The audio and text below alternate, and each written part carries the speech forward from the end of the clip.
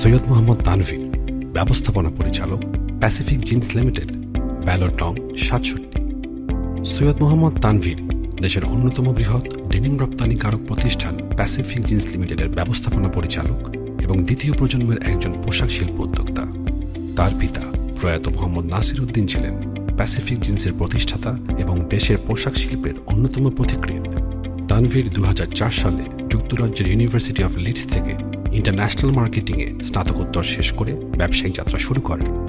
গত 2 দশকে তিনি পণ্যের বৈচিত্র্য, রপ্তানি বাজারের বহুমুখীকরণ, উৎপাদনের অটোমেশন ও কৃত্রিম বুদ্ধিমত্তা, ডিজিটাল প্রসেস এবং কার্বন নিঃসরণ হ্রাসে নেতৃত্ব দিয়েছেন।